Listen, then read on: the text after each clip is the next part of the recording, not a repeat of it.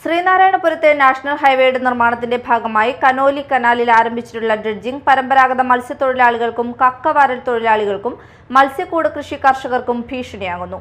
മത്സ്യങ്ങൾ വൻതോതിൽ ചത്തുപോകുകയാണെന്ന് മത്സ്യത്തൊഴിലാളികൾ ചൂണ്ടിക്കാട്ടുന്നു. അനുവദനീയമായതിലും കൂടുതൽ ഡ്രഡ്ജിംഗ് നടത്തുന്നുണ്ടെന്നതാണ് പൊതുവെ ആക്ഷേപം ഉയരുന്നത്. ശ്രീനാരായണപുരത്ത് ഡ്രഡ്ജിംഗ് നടത്തുന്നതിന്റെ ഭാഗമായി പുഴയിലെ വെള്ളത്തിൽ ചെളിയും ഓയിലും കലർന്നതിനാൽ മത്സ്യങ്ങൾ പുഴയിൽ നിന്ന് അപ്രത്യക്ഷമായിട്ടുണ്ട്. പുഴയിലെ മണൽ ഖനനത്തിലൂടെ കക്കയും മണലിനോടൊപ്പം കയറിപ്പോകുന്നു.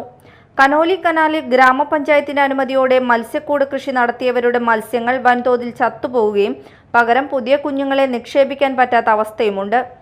കനോലി കനാലിൽ ആരംഭിച്ചിട്ടുള്ള ഡ്രഡ്ജിംഗ് മൂലം പരമ്പരാഗത മത്സ്യത്തൊഴിലാളികൾക്ക് ഉപജീവന മാർഗം നഷ്ടപ്പെടുകയും കൂട് മത്സ്യകർഷകർക്ക് ലക്ഷങ്ങളുടെ നഷ്ടവുമാണ് സംഭവിക്കുന്നത്. ഇതെല്ലാം ചൂണ്ടിക്കാണിച്ച് ശ്രീനാരായണപുരം ഗ്രാമപഞ്ചായത്തിനും സ്ഥലം MLAയ്ക്കും മത്സ്യത്തൊഴിലാളികൾ പരാതി നൽകി.